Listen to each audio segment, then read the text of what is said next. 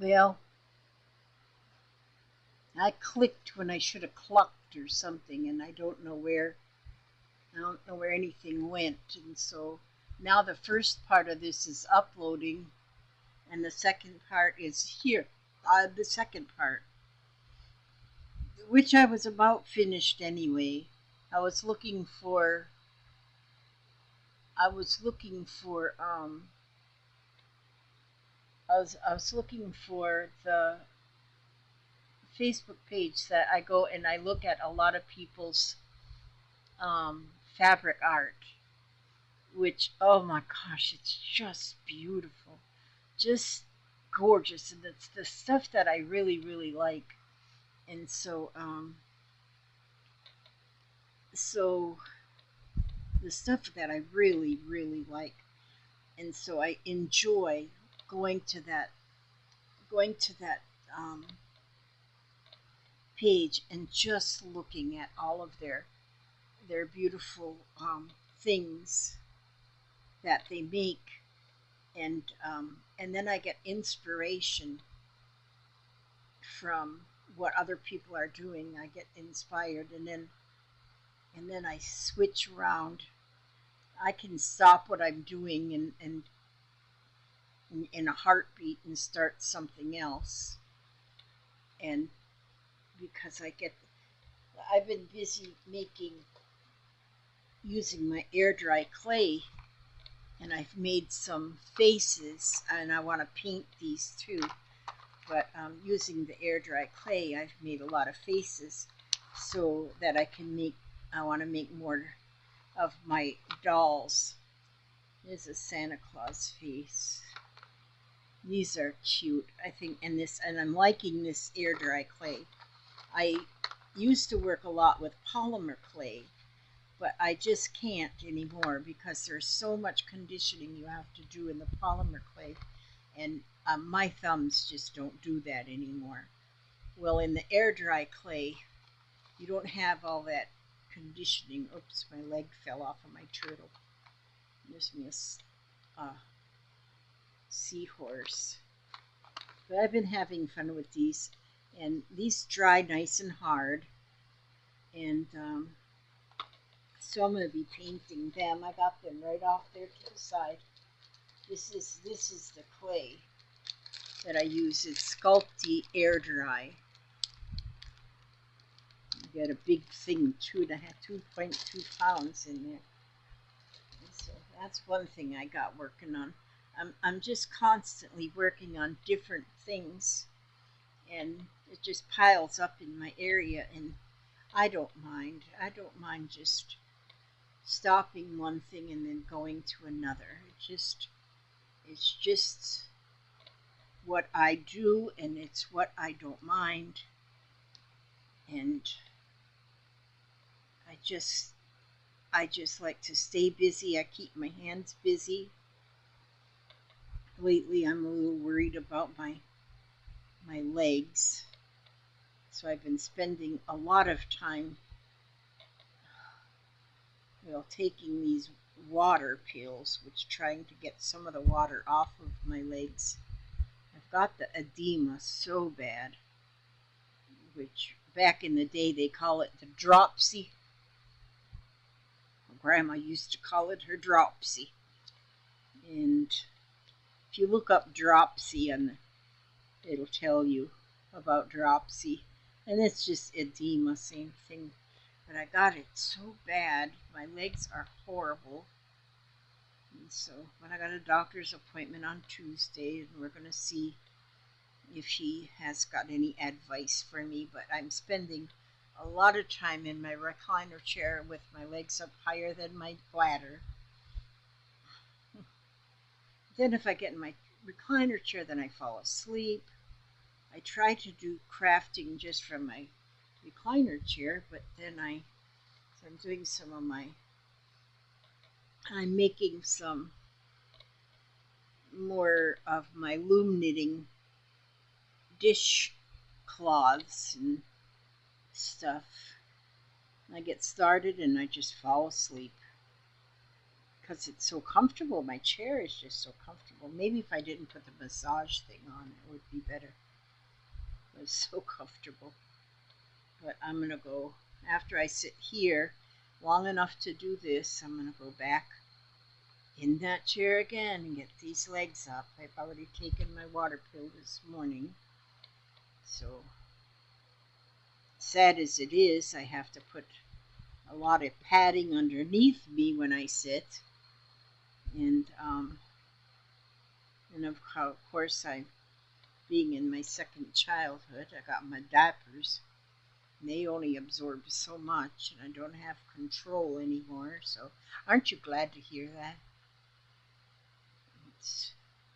It's just real. It's just real life. Then I'm in stage 3, maybe stage 4 by now. I don't know. In my kidney disease, stage 3 kidney failure. I've been in for a while. I'm so afraid that it's went to stage 4. I'm trying to have a diet of no salt is so hard because they sneak that salt into everything. I've gained so much weight, and it's my legs. It's this water is what's caused the weight.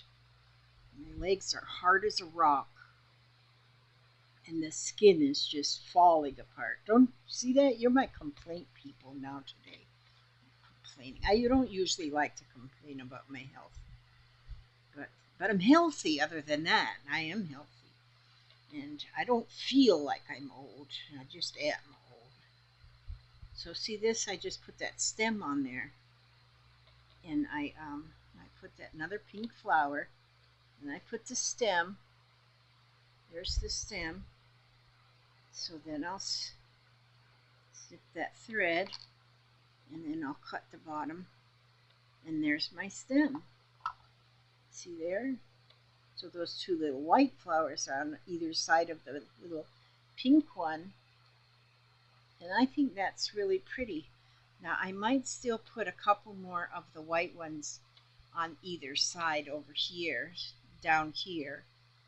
I will. I'll put some of the lighter colored ones. And what time is it? Oh, I've only been 7 minutes on this one. Maybe I can do that now. Let's see, how's my thread on here? Yeah, I got enough thread to start another one over there.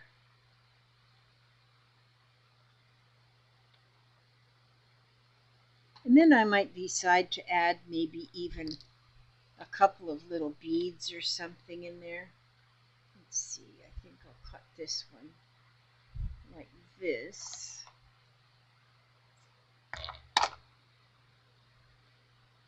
Let's cut that. There we go. Turn that one into thirds. And then I'm going to just tack it right in the center.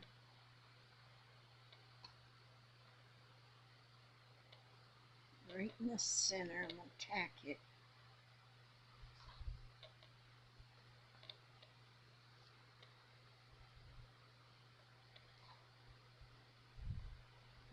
Get that in there. There. Now I tacked it in the center. And then I'll turn it up and then tack it so that all the ends are facing upward.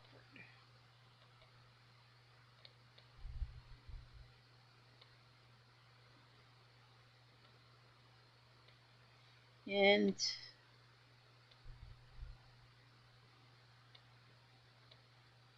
I'm going to dig through my yarns also and see what all I have in the yarn department. I got plenty of yarn, but I got some yarn that are just different kind of yarns. And I've also got some roving yarn, and those might make pretty things. And I might go up in here with some different designs, different somethings. And I'll keep you up to date probably. But there you go. See, that one's a little bigger than these two over here. So that's pretty. I need a leaf over here. But this is just a part 2 of the one that I turned off for some crazy reason, I don't know. But I'll probably get more leaves down in here above the pot, above the flower pot. I got plenty more of this green, and then I got a whole sack full of colors down there. So put some, if I have some green right in here, right there on that side, I think that'll be pretty. I'm gonna go up here. I think I'll put another more fluffy white flower right here. I think that'll be pretty. A little bit more green over here and down here. And that might be all I'll do for this area right there. And then I got like an area here. Oh, okay. Love you, darling. And so, my daughter just brought her dog over because she's going to work. And so, see, I'm not without dogs. I have dogs. Got my grand dog. All right, well, that's so you know what I'm doing today. I just wanted to just kind of check in on you. Sorry about that half and half thing. I'm gonna find something to read. I just love these stories about angels. Let's see.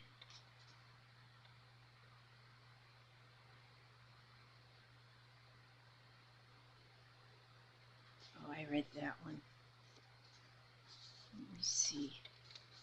I always try to look for something that's too short so I don't have to keep you too long. And then the longer ones, I read them on my own. So I read that one. The Power of Prayer. Hope me I see you. Angels in disguise. There are angels all around us.